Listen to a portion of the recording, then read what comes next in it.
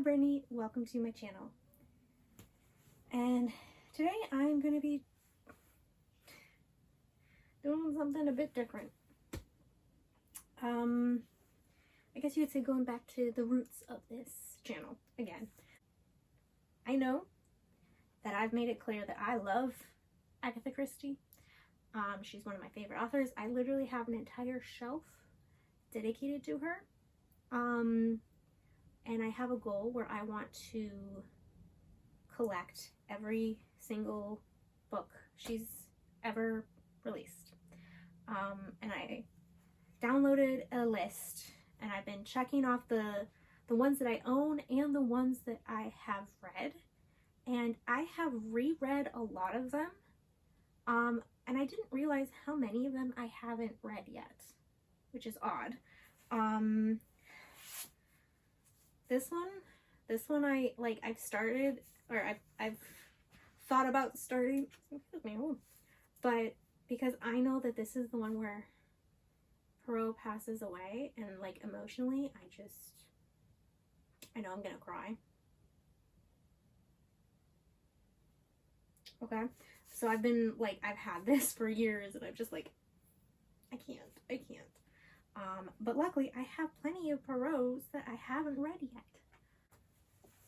I'm going to try reading the Agatha Christie's I haven't read yet, and seeing if I can figure it out before the reveal. I know that this is hardly an original idea. There are plenty of YouTubers out there that have done it. Probably better than I will, but I'm gonna take a crack at it, and I'm gonna have fun doing it because I kind of need it right now. Okay, so the way I have decided what book I'm gonna read first, or for this video, is I put the audiobook versions of all of these on holds on Libby, and the one that has been I've been able to borrow first is the Big Four. So this is the first one I'm going to do. And I can hear you now, but Brittany, you have the physical book. Look, I have dyslexia, okay? Dyslexia, dyscalculia, and dysgraphia. Reading books takes me 3 times as long as other people. And if we want me to finish this sometime I need both. So when I'm able to sit down and read, I can read it. But while I'm working and doing something else, I need the audiobook. So I can still be working on it while doing it. I need to be able to switch between the two. That's just how I am. Alright, I'm gonna get started, and then when the cast of characters are introduced, I'll pop back and do an update. Okay. So again, spoilers ahead. If you haven't read it, like I said, I'm at the beginning of chapter 8, so I just finished chapter 7. That's where I'm at. So if you're reading along with me, holy cow. Okay, so there were a couple things I had to go back and reread. I was listening to the book on tape, and I was getting kind of confused with who the second victim was. Oh shoot. This is the only board I have, so I've written on both sides.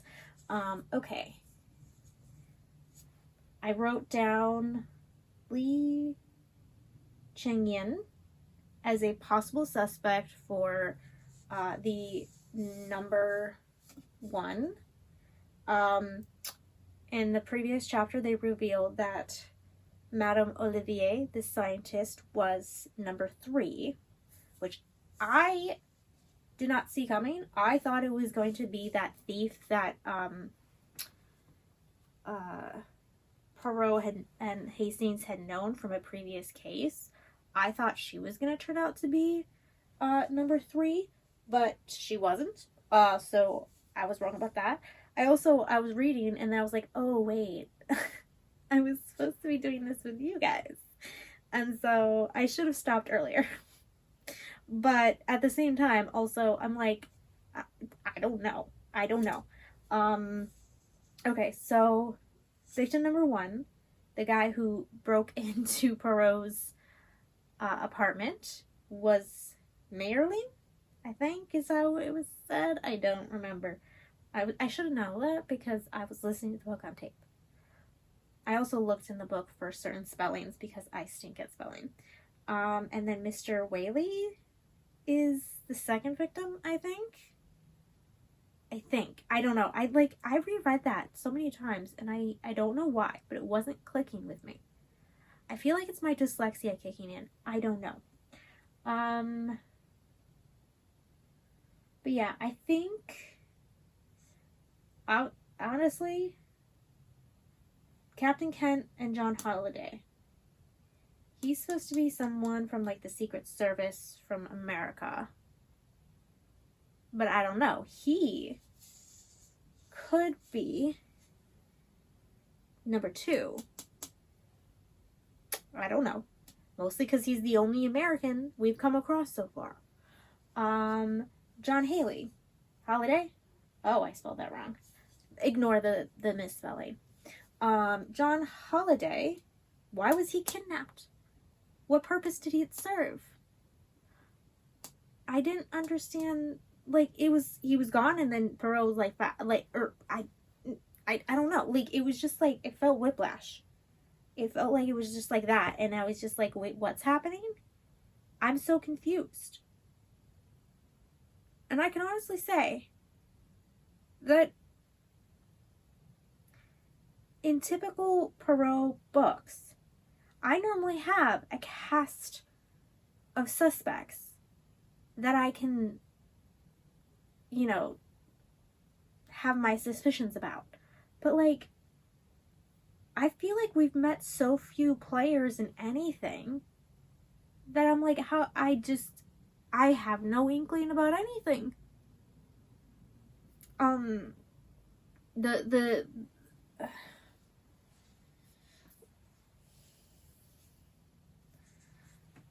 have to put it over here, otherwise the bed will wipe it off. Okay, like, okay, so, oh, my thing is falling out, holy cow. Okay. I thought it was funny how in the beginning, Hastings was surprising Poirot, and then Poirot was just about to leave to surprise Hastings, which ended up being a good thing, but I just thought that was so funny. But also,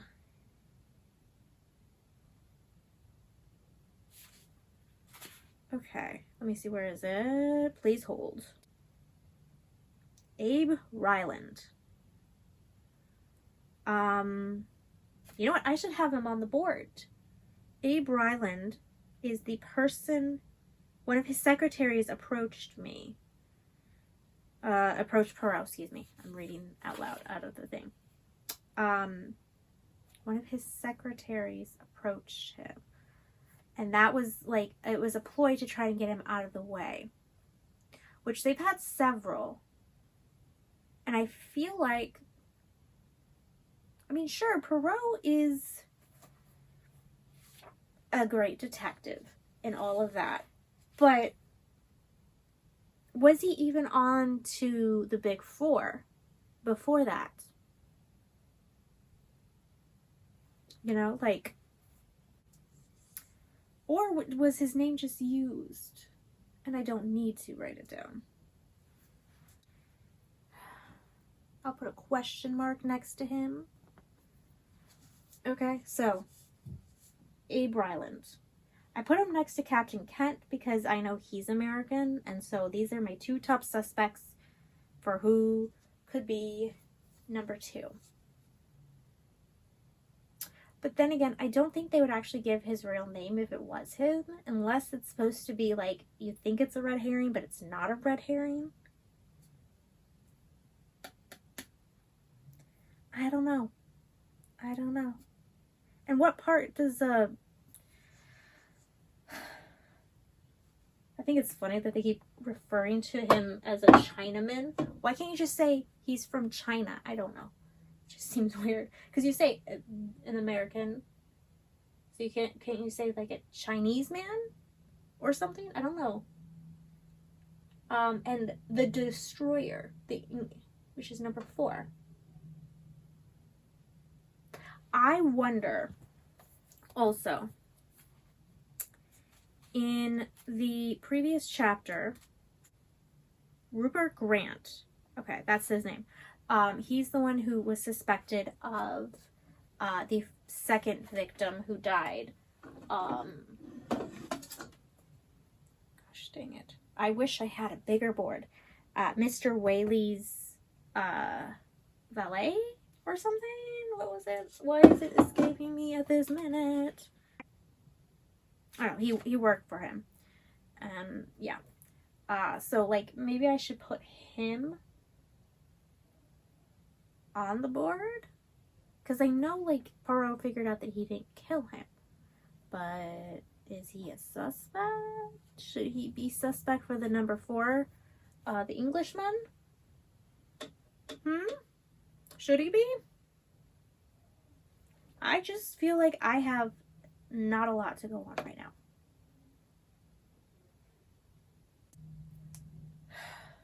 But yeah, that's where I'm at. And it's not like I can be like, this is my number 1 suspect, because I technically need to have 3 more. Because we know who number 3 is. But we need to know who these people are. Who are you? We have yet to meet a Chinaman. Also, who was that guy that came to their hotel room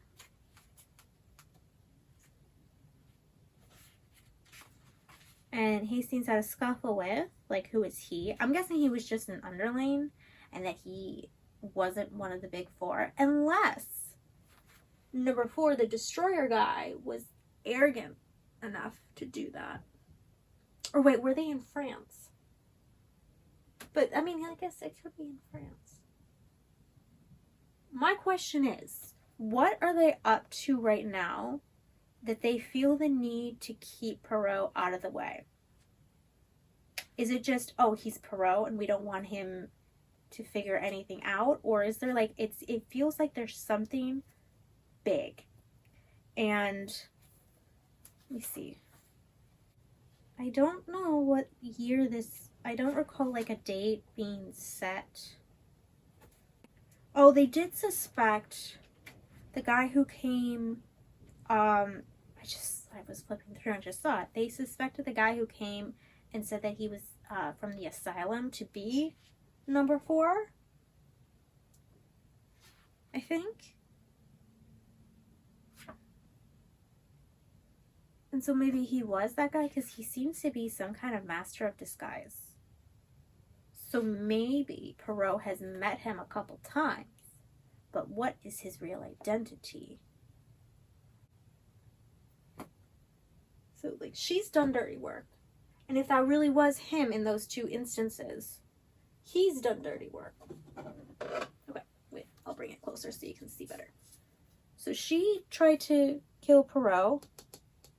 So she's done dirty work. And if those 2 instances, the guy at the hotel and the guy pretending to be the guy from the asylum, is number 4, these 2 aren't afraid to be in it. So would that mean that these 2 are more aloof? Like they're like, these supposed to be are like the 4 heads, but like these are the main heads, right? And then these are like henchmen, maybe. But also like when John Halliday, when they found him, he was so afraid of the big 4 that he wouldn't talk. But what if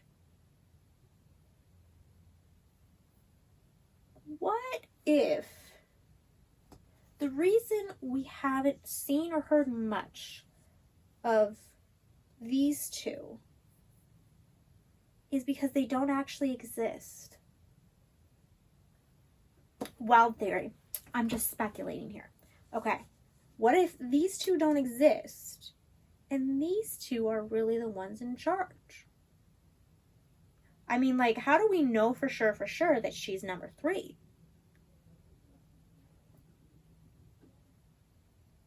Like, Perot said it. But where did, like, maybe he's, or, you know, like, I don't know. I'm just pulling stuff out of my hat because I don't see anything. Like, when I'm this much into a book, normally I have some kind of idea of, like, something. But I literally feel like I'm just, you know, like, I feel like I'm not seeing anything. I feel like I'm not understanding anything. I've had to go and reread things and be like, am I understanding this correctly? I don't understand.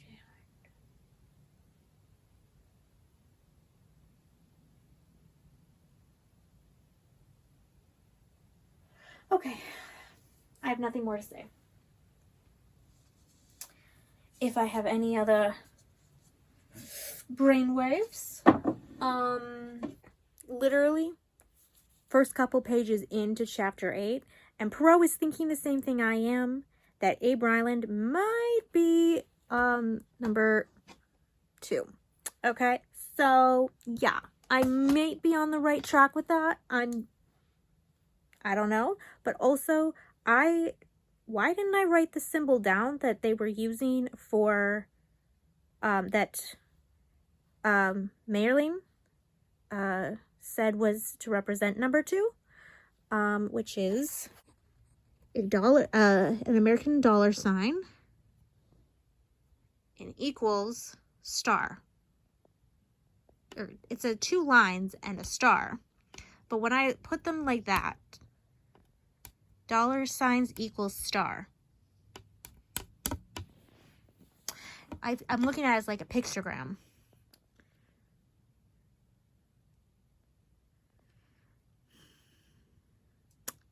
What could it mean? I'm trying to figure out what year this is supposed to be set in. Because what if it has something to do with, because going to the moon and the race to the stars, that happened in like the 60s, right? And I think this happened after World War II. Would that be a thing? I need to brush up on my history. I don't know. It's hard to know when I don't know when this is supposed to have taken place. Ooh, you know what? They used to have clues on the cover. Okay, so that is the jade that the second victim, his valet, stole. So I'm guessing that's okay. And there's a bishop, chess piece. I'm guessing this is for number 3.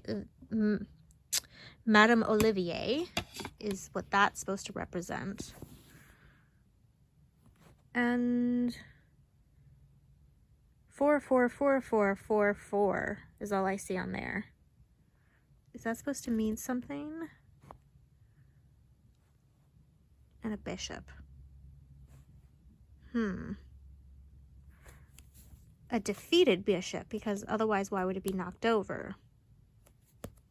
Does that mean something? And what does this mean? All right, I've rambled too much. Okay. So Hastings almost got killed again. Number 2 was Abe Ryland, so I was kind of right about that. Footman James is the English destroyer guy. He was...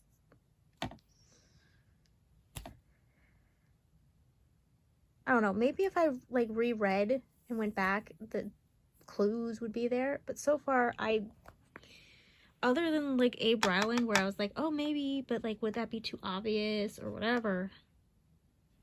But we still have this.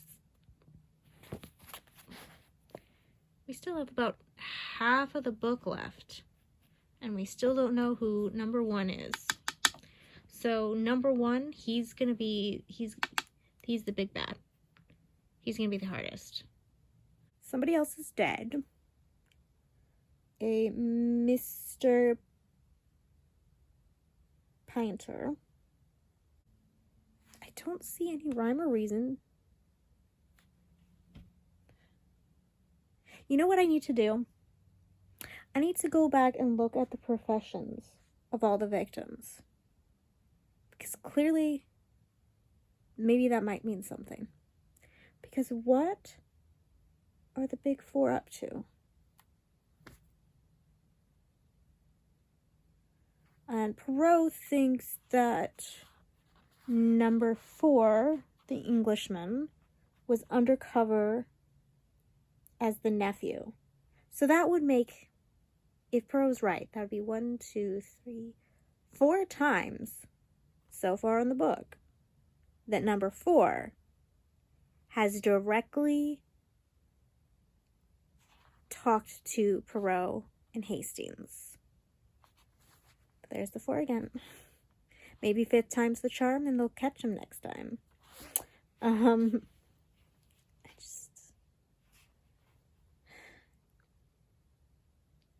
What are they up to?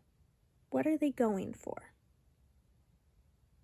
All right, yeah, I'm gonna go back and look at and see if I can figure out what the professions of the victims were.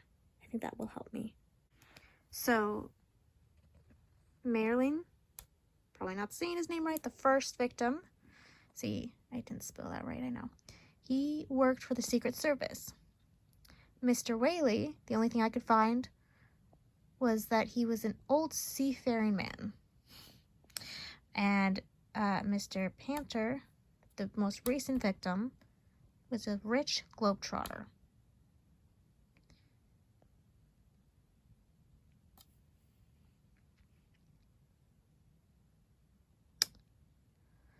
So, I'm guessing because they say Secret Service, that has to do with America, which has to do with, I really need a bigger one. This is probably scratching it. Number 2, Abe Ryland. But I believe they have him. He's in custody. The only one of the 4. Other than that, the only connections I can see are that these 2 probably traveled a lot. Because when you travel a sea, you go everywhere, right? And when you're a globetrotter, you go everywhere. But what could that possibly have to do with anything? Unless it's a smuggling ring and he got rich from it or something. I don't know. That doesn't make any sense. Poirot is starting to get obsessed with the number 4. Like, he'll just be writing it randomly, according to Hastings. But also, I thought Hastings was only supposed to be in England for a short time. But it seems he's extended his stay, unless Poirot went to where Hastings lived now or something. But I don't think that's what's happening. I don't know. There's another victim, Gilmore Wilson, a chess player, American. He died clutching a white chess piece. Where is it? Yes.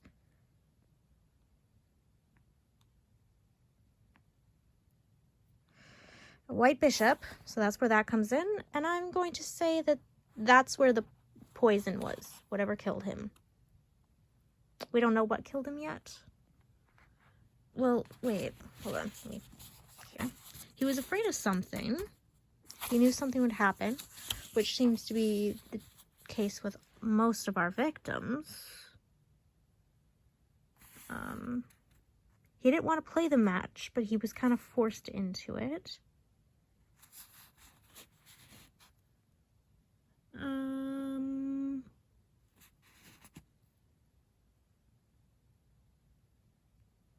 No marks anywhere except a small scar on his left hand.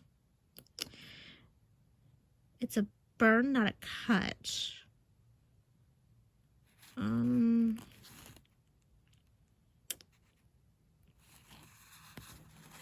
Okay, so that's basically all we know right now. That's where I'm at. I don't know. I still don't get what the victims could possibly have in common or to do with each other. And what is the Big Four up to? Are they leading up to a robbery? Are they trying to take over the world? I don't know. Another update. It looks like it might not have been the chess player Gilmore Wilson that was the target, but a Dr. Sarvanov. It's Russian, so I can't really say it properly. The chess player that he was playing in the chess game when he died may have been the actual target. And it turns out there was no poison. So my guess about the chess piece being poisoned was incorrect. But Perot stole the other chess piece from the doctor's thing, because that's the set that they were using when they played, when the last victim died. Oh, looks like something's off with the chess pieces. I haven't read that part yet, so let's go to it. So, I was kind of right. The Russian was actually not the Russian, but he was number 4. So that makes the 5th time that they've come in contact with him and didn't recognize him. What the heck? And the only reason he killed this poor man was to keep his identity secret. And he took on somebody else's identity for the money because the guy was rich. But I was kind of right about the chess piece. But I did not guess electrocution. I guessed poison, but okay. So I was kind of half right. And I was kind of half right about Abe Ryland being, oh gosh, it's upside down now. Okay. I was kind of right about Abe Ryland being number 2. But still no sighting of number 1. Oh, goodness gracious. Will I ever figure it out? I feel so puzzled, and I just don't get it. I don't get, oh, I'm rubbing stuff off. Okay. But I just, so I guess he doesn't matter, but what do the other 3? Secret Service makes sense. But these 2, old seafaring man and a rich globetrotter, what could they have to do with anything? What does this mean?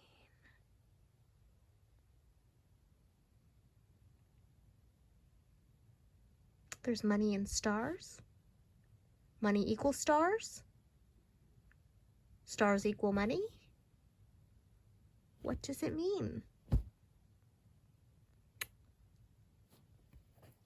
And so far, the only Chinese person that we've come across was the 3rd victim's valet, and he had nothing to do with anything. Unless he is a master of disguise, just like number 4 is. I'm so confused. Okay, so we kind of know who all 4 of the Big Four is. But we are about this much in.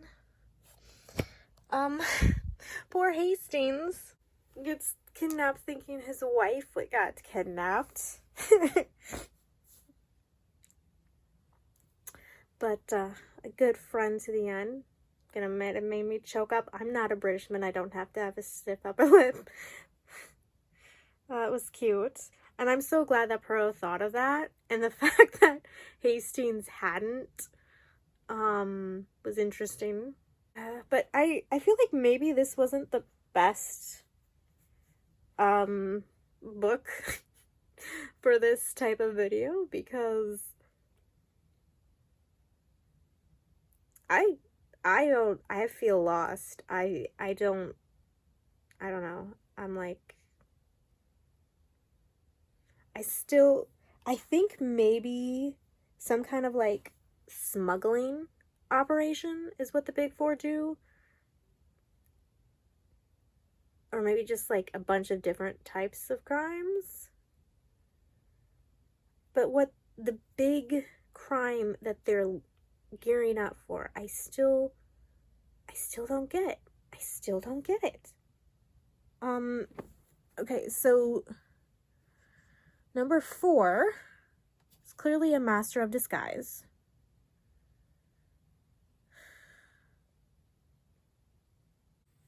Well, that's it. I was right about Abe Rylan and Lin Cheng-yen, although we never got to see him or meet him. I still don't understand why they had to kill all these people. I mean, like, I get it in, like, the grand scheme of things, because they wanted world domination, which I threw out there as a jest. And it was true. So that's funny. Captain Kent never made an appearance, so he was nothing. Okay. Never figured out what the $ equals star meant, as far as I recall.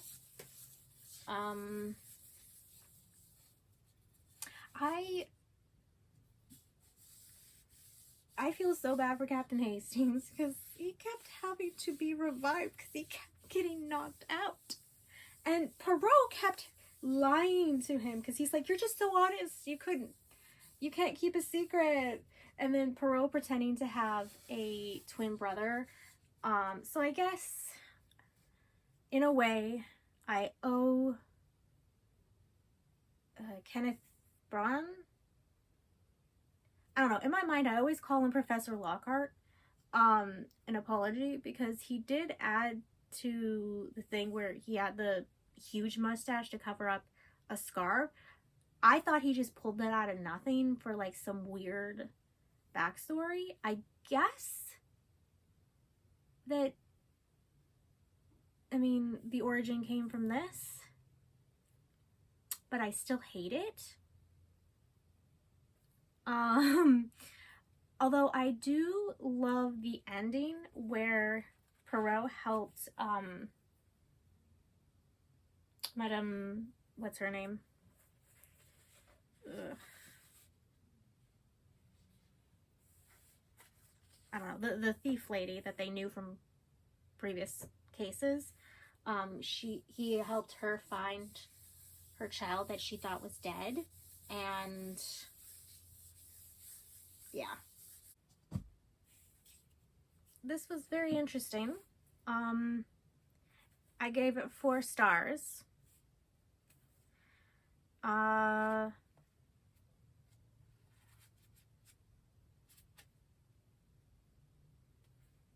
You know what? I should give it 5 stars. I'm going to go back and give it 5 stars. You know what? Because it kept me on my toes. It kept me interested. It kept me entertained. I was locked in to the point where sometimes I forgot to update.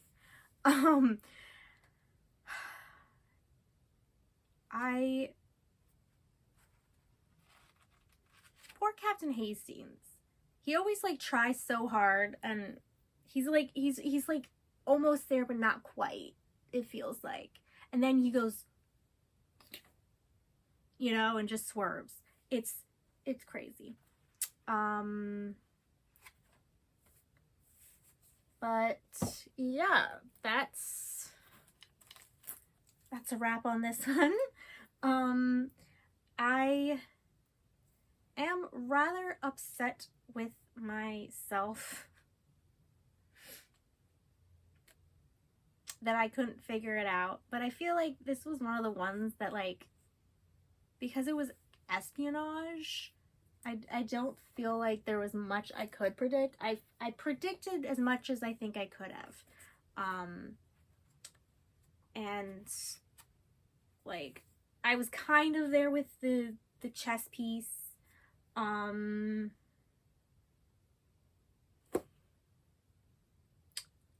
guess that the millionaire was the guy. I don't know. Agatha Christie wins this one.